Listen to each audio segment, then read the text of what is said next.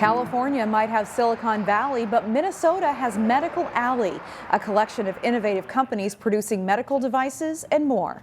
The Northwest Metro is home to many of these companies, which are large employers and economic drivers in their communities. To talk about what 2023 holds as far as medical device industries here in the Northwest suburbs, we sat down with the Vice President of Intelligence at Medical Alley, Frank Jaskulke. That interview is today's Newsmakers. The biggest trends are going to be continuations of what we've seen last year, right? The workforce shortage, which is making it harder for companies to grow, slowdowns in hospital procedures, which are decreasing margins at hospitals, making it a challenge for them to continue, but then drives through the device industry, the payer industry, the whole community. And then I also expect we'll see a pickup in startup activity. We've had a strong 5 years. During times of economic slowdown, you often see a boost in entrepreneurship. All right, so you've been with Medical Alley for a while, and have you seen this economic landscape before?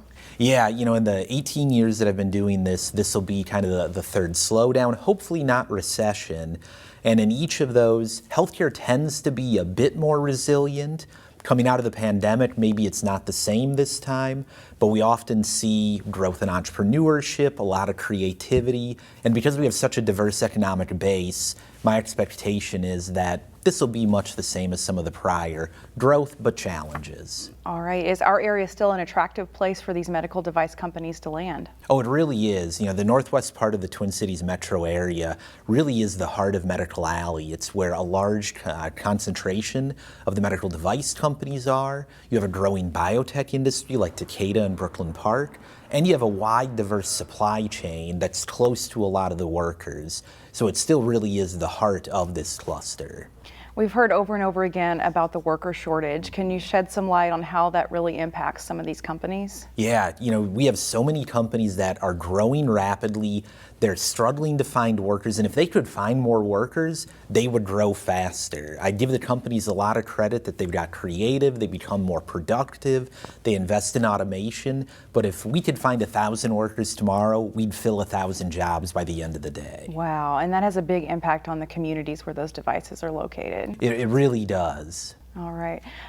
We talked before we turned on the camera about the World's Fair possibly impacting the industry. Can you talk about that? Yeah, we should know maybe in a couple of months if Minnesota will be the site of the 2027 World's Fair.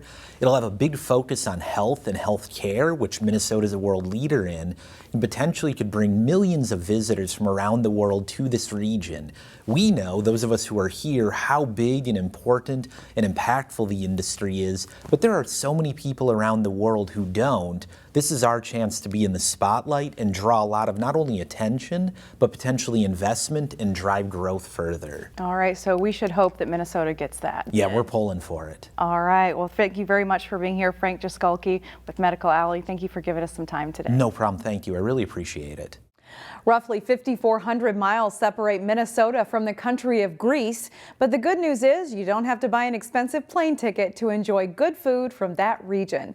Delane Cleveland takes us to a Greek restaurant along Main Street in Maple Grove. Shannon, Maple Grove has more than 120 restaurants representing a multitude of cultures. Today, we're checking out the Great Greek Mediterranean Grill. Everything that we serve is made fresh, nothing out of a can, nothing out of a box. Tuesday morning before the doors open wouldn't normally be a busy time for this fast casual restaurant. But in this particular case, this is the spanakopita. It's a spinach puff pastry. Owner Andrew Van Vliet and his team are preparing a catering order for 30 hungry Boston Scientific employees. It can be a little chaotic. Lots of stuff you got to get ready all at the same time, so it's all hot when it gets there. Such is life in the restaurant industry, especially when you serve the kind of food that appeals to people's taste buds. We just love the Greek food, and we think they got the best gyros in town. The restaurant serves up items like the ever-popular gyros, skewers featuring several different options for meat, hearty helpings of salad, a burger that's a sight to behold, and desserts that will satisfy any sweet tooth. There's a gentleman from Lebanon that comes here about once a week and says he'll only buy his baklava here. So I guess that's a pretty good endorsement. In the short time it's been in Maple Grove, I love the falafel pita, please. it's developed a loyal following of satisfied customers. My favorite thing is the rice pudding. I have spent a lot of money here on just rice pudding. It's a really good option if you're vegetarian or vegan because it's a type of food that lends itself really well to that. At the moment, this is the only location in Minnesota. But if the people keep coming back for more, it won't be long before they talk expansion. Well, it's very tasty and it's close to the original that we've seen. In Maple Grove, Delane Cleveland, CCX News. If you're already tired of the snow and slush, consider taking a trip to the Robbin Gallery to be inspired. Their Home and Away exhibit features photographs from here in the Midwest, as well as countries overseas. And if just one little photograph gets your mind kind of thinking along those lines, hopefully it'll put you in a happy place or a place of wonderment or, like I say, the urge to discover something new that you haven't seen before. Gallery Director Jean Johnson says this is the first all-photography exhibit the gallery has hosted in quite some time. But the selection committee hoped people would see the images and then be inspired to explore. The exhibit includes the work of Tomas Alvarez, who takes photos here in the upper Midwest, and Autumn Carolyn, who has photographs with accompanying stories from all over the globe.